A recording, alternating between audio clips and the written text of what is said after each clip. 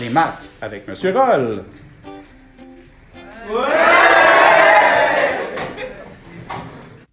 Bonjour, dans cette vidéo, nous allons voir comment résoudre un système d'équations par la méthode de substitution.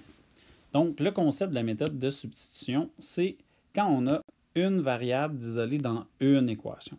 Donc, où on est le plus près de cette situation-là. Ça veut dire que, par exemple, si je fais détermine l'ensemble solution du système suivant, j'ai y est égal à quelque chose, et ensuite j'ai 2x plus y est égal à 6. Donc, j'ai une variable d'isolée dans une des deux équations. Et le concept de la méthode de substitution, substitution, ça veut dire remplacer quelqu'un, donc faire une substitution. Et ce que ça dit ici, c'est que le y il est égal à 3x plus 1. On sait que quand on cherche la solution d'un système d'équations, bien, on cherche les couples xy qui sont équivalents. Donc, ça suppose qu'à cet emplacement-là, le y il est pareil dans les deux équations. Donc, ce y-là et ce y-là sont identiques. Et si ce y-là et ce y-là sont identiques, ça veut dire que le y d'en bas, on peut le remplacer par celui d'en haut. Et celui d'en haut, qu'est-ce qu'il vaut? Il vaut 3x plus 1. Ça veut dire qu'on va pouvoir aller mettre 3x plus 1 à la place du y ici. Donc, y et y, comme ceci. Et je vais écrire l'équation qui n'est pas isolée en premier. Donc, je remplace 2x plus, et ça, c'est y qui est là, présentement. Mais le y, on l'a dit, il vaut, parce que c'est le même y, il vaut 3x plus 1. Donc, je peux aller placer mon 3x plus 1 à la place de l'emplacement du y dans l'autre équation. Donc, le y est pareil, je le mets dans l'équation et ça devient 3x plus 1. J'ai 2x plus 3x plus 1 plus est égal à 6. Et là, il me reste une équation où j'ai seulement des termes en x et des constantes. Donc, je peux isoler le x. En premier, je peux enlever la parenthèse ici parce qu'il n'y a pas de multiplicateur en avant. J'avais simplement y. Donc, 2x plus 3y plus 1 égale 6. Ici, j'ai 5x. Donc, 5x plus 1. Je peux faire moins 1 de chaque côté. Donc, ça fait 5x est égal à 5 parce que j'ai fait moins 1 de chaque côté. 1 est parti, 6 devient 5. Et là, je peux diviser par 5 de chaque côté. Donc, mon x est égal à 1.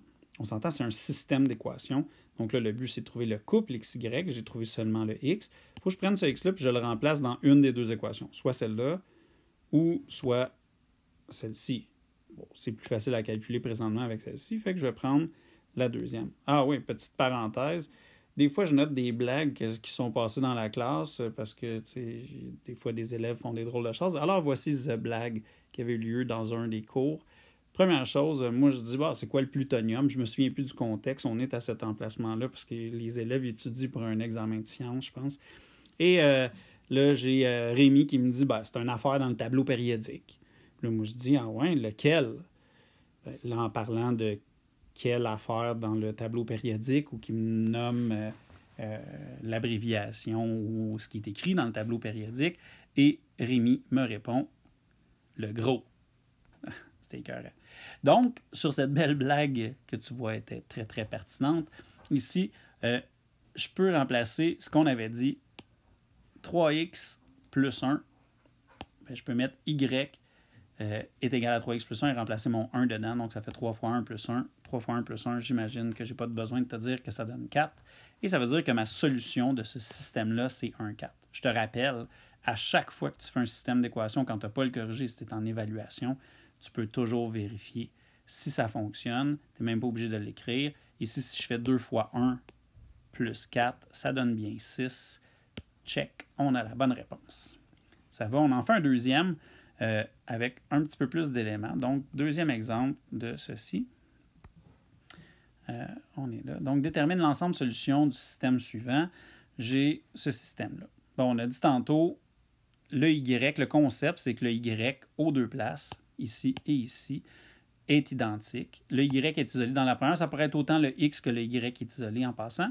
Et une fois que j'ai ça, le y, je sais qu'il vaut 3x moins 1. Donc, je vais aller mettre le 3x moins 1 à la place du y dans cette équation-là. Donc, la première équation que tu vas écrire, c'est l'équation où il n'y a rien d'isolé. Fait que si j'écris 2x moins 3 fois le y, ça c'est mon y ici. Et c'est important de le mettre entre parenthèses parce que là, ici, contrairement à tantôt, j'ai moins 3 fois ce qu'il y a dans le y. Et le y, il vaut tout ça ici. Donc, je vais aller placer ce qu'il vaut, le y, c'est-à-dire 3x moins 1, ici. Et là, j'ai 2x moins 3 fois 3x moins 1. Et là, attention, attention, watch out for the swan, attention au signe, il y a un moins devant. Quand je vais le distribuer sur mes deux éléments de la parenthèse, ça devient moins 3 fois ça, et ça devient moins 3 fois ça ici. Donc, il va y avoir un changement de signe de swan, tapogne. OK, maintenant, ça veut dire que le moins ici, je peux le distribuer comme ça. Et ça va faire, sur la ligne suivante, 2x moins 3 fois 3x, ça fait moins 9x, moins 3, on va attendre que ça s'efface, moins 3 fois moins 1, plus 3. Et ça, c'est une erreur fréquente là-dedans. Il faut que tu portes attention à ça. S'il y a un moins à distribuer, il faut que tu regardes vraiment chacun des éléments parce que ton moins se distribue sur ta parenthèse au complet. Une fois que ça c'est fait, bien, ce qu'il nous reste à faire, c'est juste de calculer donc les x ensemble. Ici, ça veut dire que j'ai 2x moins 9x, ça fait moins 7x. Et là, en même temps que j'ai regroupé ça ici, j'ai fait moins 3 de chaque côté de mon équation. Donc, 4 moins 3, ça donne 1. Et le moins 3 de ce côté-là est disparu. Et il me reste simplement à diviser par 7. J'ai trouvé le x dans cette équation-là. Et là, comme tantôt, on peut le mettre dans celle qu'on veut. Fait que je vais mettre moins 1 septième dans celle-ci. Parce que où le y est isolé, c'est plus simple à calculer. Et donc, ça fait moins 3, ça fait pas moins 3, mais 3 fois moins 1 septième, donc moins 3 septième, moins 1.